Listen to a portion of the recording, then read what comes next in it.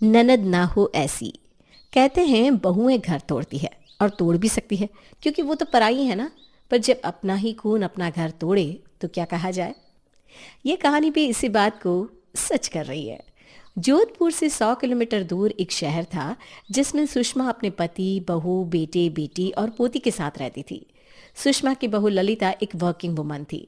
Lalita office के साथ साथ घर संभालने की पूरी कोशिश करती थी। पर ये कोशिश क्या सफल हो पा रही थी? आइए जानते हैं। घड़ी के अलार्म से ललिता की आंख खुलती है। 4 बज गए। जल्दी से ब्रश करके आलू उबालने चढ़ा देती हूँ। एंजल के लिए सैंडविच बना दूंगी टिफिन में। रोज चपाती खा खा कर परेशान हो गई होगी बेचारी। सुबह 4 बजे उठकर ललिता दोपहर के भी खाने की तैयारियां शुरू कर देती है। 4 स्टोव वाले गैस में वो एक तरफ आलू उबलने चढ़ा देती है, दूसरी तरफ दाल, एक तरफ सब्जी और एक तरफ तवे में रोटी सेकना शुरू कर देती है। 5 बजने वाले हैं। जल्दी से एंजल को उठा देती हूँ, वरना उसकी बस मिस हो जाएगी। ललिता कमरे में एंजल को उठाने के लिए जाती है, जो अपनी बुआ के साथ सो रही थी। बेटा जल्दी से उठ जाओ बेटा, देखो बस मिस हो जाएगी।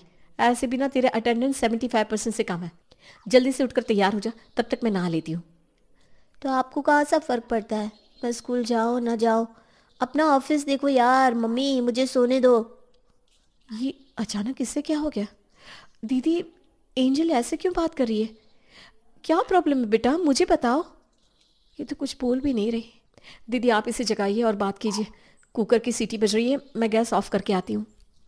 आप टेंशन मत लीजिए भाभी, आप आराम से जाइए और अपना टिफ़िन पैक कीजिए। मैं तब तक एंजल को तैयार कर देती हूँ। चलो बेटा उठ जाओ। ओके भूई।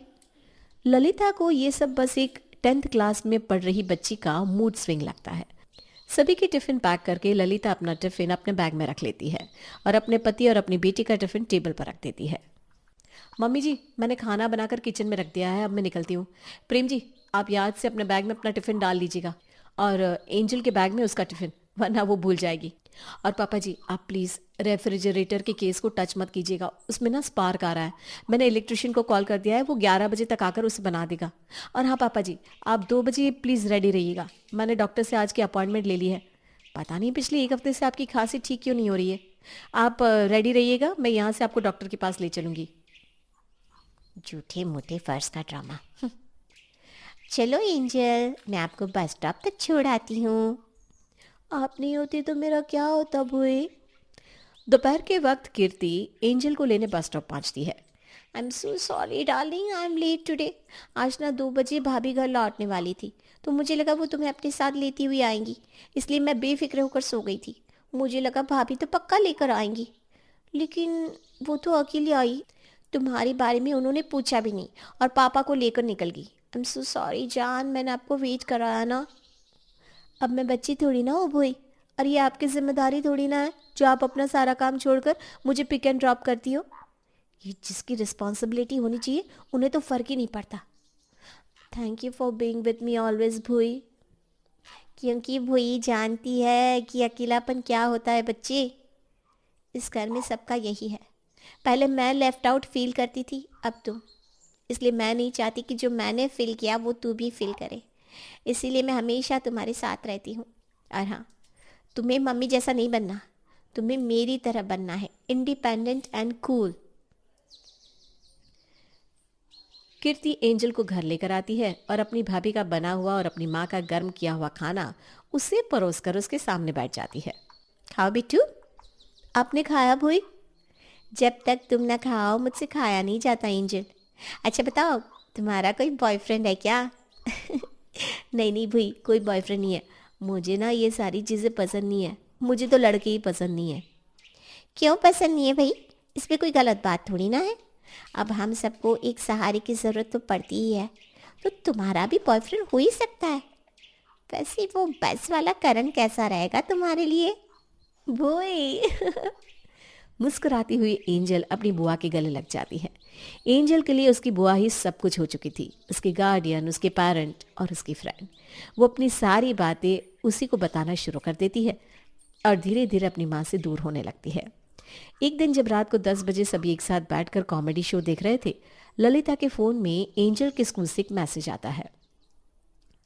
अरे वाह, कल एंजल के स्कूल में पेरेंट्स टीचर मीटिंग है।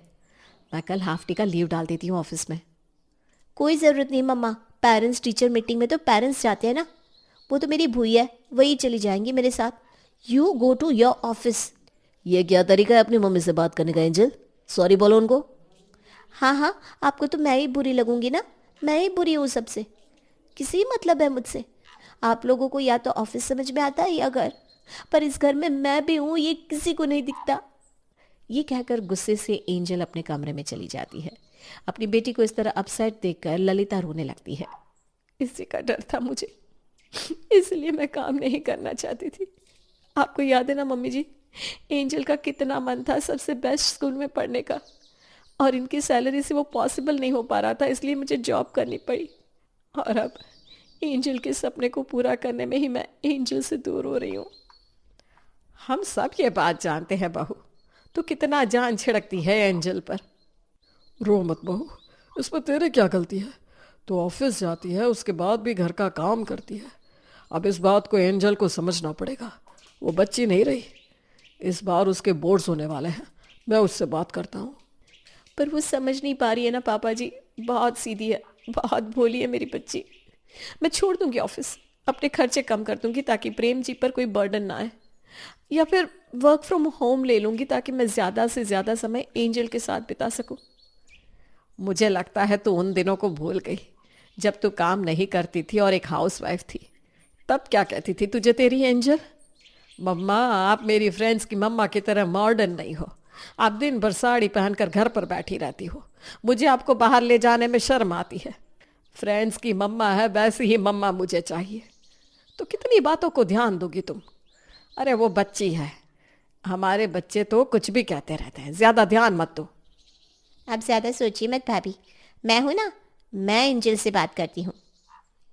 पर कीर्ति के मन में इस बात को संभालने की इच्छा तो थी ही नहीं, वो तो इस बात को और बिगाड़ना चाहती थी।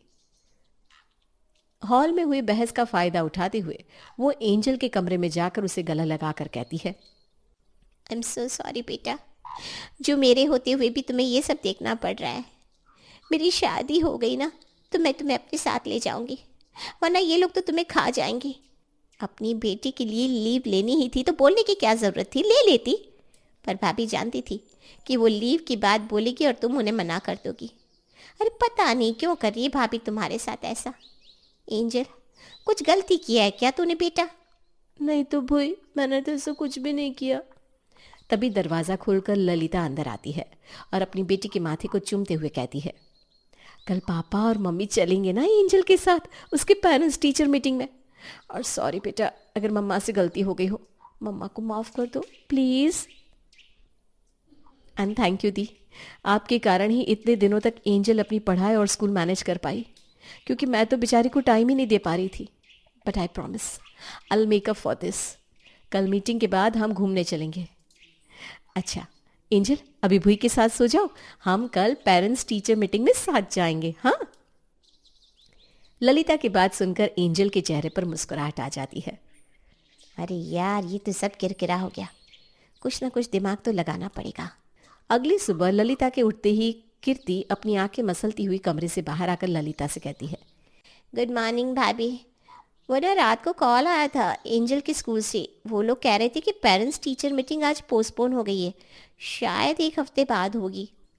पर मुझे तो कोई कॉल नहीं आया दीदी, और उसके स्कूल में कभी ऐसा होता भी नहीं है, सब कुछ डेट वाइज ही चलता है। हाँ भाभी, वो एक्चुअली स्कूल के प्रिंसिपल की तबीयत कल रात अचानक ही ख़राब हो गई, इसलिए वो ऑफिशियली इन्फॉर्म नहीं कर पा रहे हैं। एंजल की फ्रेंड है ना निकिता, वो स्कूल के टीचर से ही ट्यूशन्स लेती है, उसे इस बारे में पता था, उसने ही मुझे कॉल करके बताया। तो आप ना आराम से ऑफिस जाओ, छुट्टी लेने की कोई ज़रूरत नहीं है, आपका ऑफिस भी तो ज़रूरी है। एंजल का क्या है, वो तो बच्ची है, कुछ भी कहती रहती है, मैं हूँ ना। मैं हूं ना, मैं हूं ना, मैं हूं ना, ये कहकर कीर्ति अपनी भाभी से अपनी भतीजी को दूर कर रही थी। कीर्ति की बात को सच मानकर प्रेम और ललिता अपने अपने ऑफिस चले जाते हैं। कल रात रोते रोते सोई एंजल आज खुशी से नींद से जागती है, क्योंकि इतने दिनों बाद उसके मम्मी पापा उसके साथ जाने वाले थे पेरेंट्स टीचर मीटिंग में। आज तुम खुद रेडी हो गई, वो भी इतनी जल्दी? इतनी खुशी किस बात की है, कहीं करण से मिलने की खुशी तो नहीं? नहीं भाई, आज पापा मम्मी मेरे साथ आने वाले हैं ना, और फिर हम घूमने भी जाएंगे। अब मुझे माफ़ कर दे बच्चा, आई एम सो सॉरी। मैंने तो भाभी को रोकने की बहुत कोशिश की, पर शायद उनके ऑफिस में कुछ इम्पोर्टेंट काम आ गया था तो उन्हें जाना पड़ा। पीटीएम में भूई चलेगी ना बेटा? मुझे कोई प्यार नहीं करता, कोई भी नहीं। और एंजल रो पड़ती है। इसी तरह दिन बीतते जाते हैं।